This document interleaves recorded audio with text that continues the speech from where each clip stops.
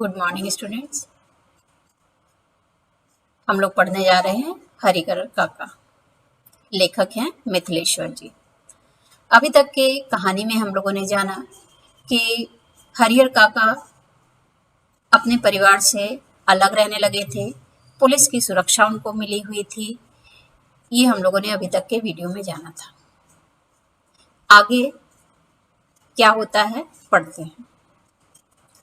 गांव में एक नेताजी हैं। वो ना तो कोई नौकरी करते हैं, ना खेती गृहस्थी करते हैं, फिर भी 12 महीने मौज उड़ाते हैं। कोई काम नहीं उनके पास, फिर भी मस्त होकर के रहते हैं। सारी जरूरतें उनकी पूरी हो रही हैं। राजनीति की जादुई छड़ी उनके पास है। उनका ध्यान भी हरिहर काका की ओर जाता है। वो तत्काल गांव के कुछ विशिष्ट लोगों के साथ, कुछ विशेष लोगों के साथ उनके पास पहुंचते हैं। और क्या प्रस्ताव रखते हैं नेताजी कि हरिहर काका की जमीन पर हरिहर उच्च विद्यालय नाम से एक हाई स्कूल खोल दिया जाए। इससे उनका नाम अमर हो जाएगा, उनकी जमीन का सही उपयोग होगा और गांव के विकास के लिए एक स्कूल मिल जाएगा। ये उनका सुझाव था। लेकिन हरिहर काका के ऊपर तो अब कोई दूसरा रंग चढ़ने वाला नहीं था। नेताजी को निराश होकर के लौटना पड़ा। इन दिनों गांव की चर्चा के केंद्र में सिर्फ कौन है? हरिहर काका। आंगन, खेत, खलिहान, अलाव, बगीचे, बरगद, हर जगह बस उनकी ही चर्चा। उनकी घटना की तरह विचारणीय और चर्चनीय कोई दूसरी घटना नहीं है। गांव में कभी ऐसी घटना घटी नहीं थी, लोगों ने पहले देखा नहीं, सुना नहीं था, तो एक ही चर्चा का विषय था। क्योंकि आए दिन छोटी मोटी घटनाएं तो घटती रहती, लेकिन काका के प्रसंग के सामने उन घटनाओं का कोई अस्तित्व नहीं, कोई महत्व ही नहीं था। गांव में जहां कहीं और जिन लोगों के बीच हरिहर काका की चर्चा छिड़ती, तो फिर उसका कोई अंत नहीं होता, खत्म ही नहीं होती वो चर्चा। लोग तरह तरह की संभावनाएं व्यक्त करते, राम जाने क्या होगा। दोनों ओर के लोगों ने अंगूठे के निशान ले लिए हैं, लेकिन हरिहर काका ने अपना बयान दर्ज कराया है कि वो दोनों लोगों में से किसी को भी अपनी जमीन का उत्तराधिकारी नहीं मानते। दोनों ओर के लोगों ने जबरन उनके अंगूठे के निशान लिए हैं। इस स्थिति में उनकी जायदाद का हकदार कौन होगा? उनके बाद क्या स्थिति होगी? किसको जमीन जायदाद मिलेगी? 15 बीघा जमीन। लोगों के बीच बहस छिड़ जाती है। उत्तराधिकारी के कानून पर जितना जानता है उससे 10 गुना अधिक उगल देता है। जिसको जितनी जानकारी उतना बोलते और उससे भी ज्यादा बोल देते, फिर भी कोई समाधान नहीं निकलता। लोगों की बातचीत का विषय समाप्त नहीं होता, रहस्य खत्म नहीं होता। आशंकाएं बनी रहती कि अब पता नहीं क्या होने वाला है, क्या क्या घटने वाला है। लेकिन लोग आशंकाओं को नजरअंदाज कर अपनी पक्षधरता शुरू कर देते कि उत्तराधिकार ठाकुर बारी को मिलता तो ठीक रहता। दूसरी ओर के लोग कहते भाई हरिहर के भाइयों को मिलता तो ज्यादा अच्छा रहता। ना किसी को मिलना था, ना कुछ किसी का लाभ सिद्ध हो रहा था, लेकिन बातों की सिलसिले समाप्त नहीं हो रहे थे।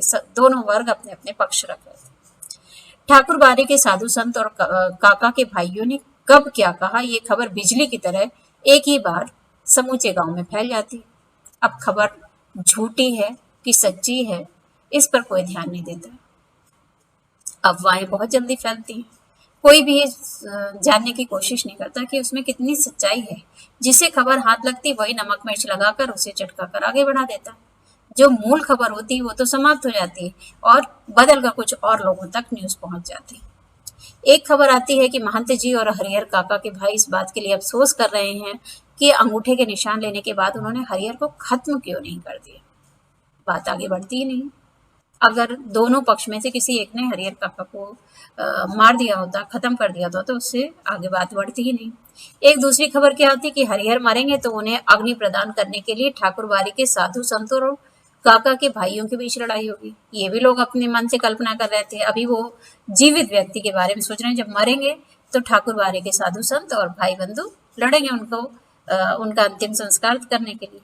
दोनों ओर से अग्नि प्रदान करने का निश्चय हो चुका है। अब कुछ नहीं पता घर में कोई बात हो रही है कि नहीं हो रही है, लेकिन गांव वाले अपनी अपनी संभावनाएं व्यक्त कर रहे थे। इस संदर्भ में उनकी लाश हस्तगत करने के लिए खून की नदी बहेगी, तो लोग अंतिम संस्कार करने के लिए उनके भाई बंधु और जो महंत लोग हैं वो आपस में इतना भिड़ेंगे कि गांव में खून की नदी बहने लगेगी, अर्थात बहुत खून खराबा होगा। ये सब मन गढ़ंत बातें हैं लोगों की, किसी को भी मूल विषय की जानकारी नहीं है कि क्या हो रहा है। एक तीसरी खबर आती है कि हरिहर काका की मृत्यु के बाद उनकी जमीन पर कब्जा करने के लिए उनके भाई अभी से तैयारी कर रहे हैं। अब ये तो भाई और महंत के बीच की बात थी। तीसरा देखिए मजेदार रोचक तथ्य क्या आ गया इसमें। इलाके के मशहूर डाकू बूटन सिंह से उन लोगों ने बातचीत पक्की कर ली। किसने बातचीत पक्की कर ली है? हरिहर काका के भाइयों। हरिहर की 15 बीघे खेत में से 5 बीघे बूटन लेगा, जो डाकू है वो लेगा 5 बीघे।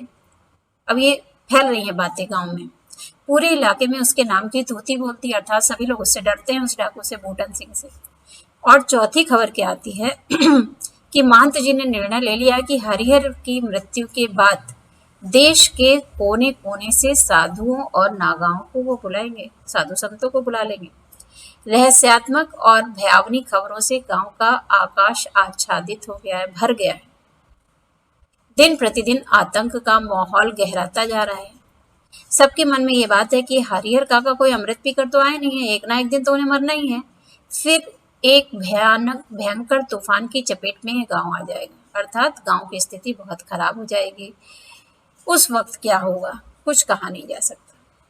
ये कोई छोटी लड़ाई नहीं है, हरिहर काका की लड़ाई कोई छोटी लड़ाई नहीं है, एक बड़ी लड़ाई है। जाने अनजाने पूरा गांव इसकी चपेट में आएगा। इसलिए लोगों के अंदर डर भी था, लोग अशिक्षित थे, डरे हुए थे कि इन सब का परिणाम क्या होगा। कहीं ऐसा तो नहीं कि गांव पर कोई विपत्ति आ जाएगी। एक ऐसी प्रतीक्षा वो लोग कर रहे थे जिसे झुटलाकर भी उसके आगमन को टाला नहीं जा सकता। वो सोच रहे थे कुछ ना कुछ घटना जरूर घटेगी। और हरिहर काका, ये तो सब गांव वाले सोच रहे हैं, उनकी सोच है कि डाकू को मिला लिया होगा उनके भाइयों ने और खून की नदियां बह जाएंगी, ये तो गांव वालों की सोच है। और थोड़ा सा देखते हैं कि हरिहर काका की क्या स्थिति है। और हरिहर काका वो तो बिल्कुल मौन हो, अपनी जिंदगी के शेष दिन काट रहे हैं। उनकी सुरक्षा के लिए पुलिस के जवान लगे हुए हैं।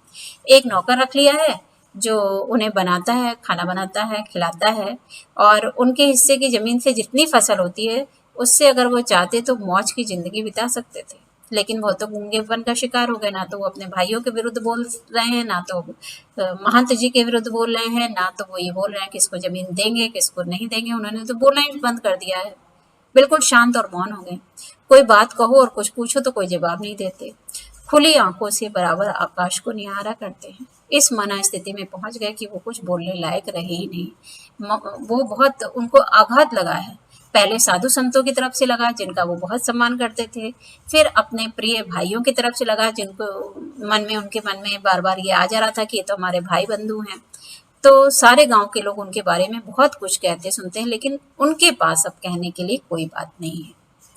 पुलिस के जवान हरिहर काका के खर्चे पर खूब मौज मस्ती से रह रहे हैं, जो उनकी सुरक्षा में लगे हैं। जिसका धन वह रहे उपास, खाने वाले करें विलास। तो एक पंक्ति में कवि लेखक ने लिखा है कि जिसका धन है, जिसकी संपत्ति है, जिसके खेत से अनाज आ रहा है, वो तो उपास रहने लगा है, उसका व्रत हो गया है। और जो खाने वाले हैं, जो जवान रखे गए हैं, वो अपना आनंद उठा रहे हैं उस खाने का। अब तक जो नहीं खाया था दोनों जून उसका भोग लगा रहे हैं, जो अभी तक उनको नहीं मिला था दोनों समय वो उसका भोग लगा करके खा रहे हैं, मौज मना रहे हैं पुलिस वाले। लेकिन इन सब परिस्थितियों का हरिहर काका पर क्या प्रभाव पड़ा कि वो बिल्कुल मौन हो गए हैं, शांत हो गए। उनके पास वो निशब्द हो गए, उनके पास शब्द ही नहीं बचे हैं। वो इस घटना से उन्होंने जो आत्मविवेचन किया होगा, जो उन्होंने सोचा होगा, जो समझा होगा कि आज ये स्थिति आई है कि 15 बीघा जमीन ऐसी अभिशाप बनी उनके लिए, अभिशप्त भूमि है वो उनके लिए कि लोग उनको मारने के लिए बैठे हुए हैं, चाहे उनके अपने भाई हों, चाहे साधु संतों के रूप में महंत हों, सब उनकी 15 बीघा जमीन के पीछे लगे हुए हैं और सबकी गिद्ध जैसी दृष्टि उसी पर है। उनके प्रति मानवता खत्म हो गई, इंसानियत खत्म हो गई है इस संसार से। ऐसा वो अकेले बैठे बैठे सोचते रहते हैं, हालांकि वो कुछ बोल नहीं रहे हैं, कुछ कह नहीं रहे हैं। हमने बताया कि वो मौन हो गए हैं, निशब्द, कहने के लिए कोई शब्द नहीं रह गए। और इतना कि लेखक से, जिससे वो सारी चीजें शेयर करते थे, साझा करते थे हर बात, लेखक को भी वो कुछ बोलने में, बताने में असमर्थ हो गए, उनको कुछ भी नहीं बता रहे। तो ये थी हरिहर काका की कहानी।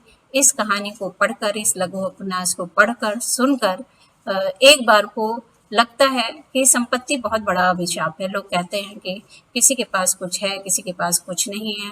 जिसके पास है वो अपने को बहुत भाग्यशाली समझता है, जिसके पास नहीं है वो दुर्भाग्यशाली समझता है। लेकिन परिस्थितियां कब बदलती हैं और कब हमारे लिए वो सुविधाएं अभिशाप का रूप ग्रहण कर लेती हैं, ये आपने हरिहर काका की कहानी में देखा।